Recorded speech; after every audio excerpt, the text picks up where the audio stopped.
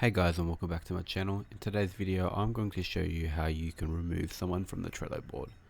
So I assume that you're new to this channel and that you're looking for new Trello videos to learn so you could actually progress in your business. So this is just a quick little way to remove someone. It's not too hard. I'm just going to give you a few examples on how you can do this. So you just want to go to share, and first you want to add that person. So if you just add that and click share, and now that will send a link. So now let's have a look at that email and see if it's coming in. And here we go. And now let's see if we've got a Trello invitation. If we haven't, we're gonna have to refresh. There we go. The invitation just came through. Now I can just click go to board, and there we go. I'm in the board.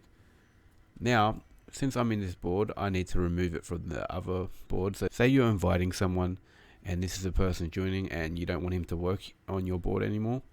You go to your actual account, and now all you got to do is click here and go here and click remove from board.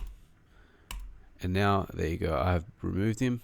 So that's how you remove someone from the board in 2023. If you enjoyed this video, please hit that thumbs up button, and if you want to subscribe. Thank you. Peace.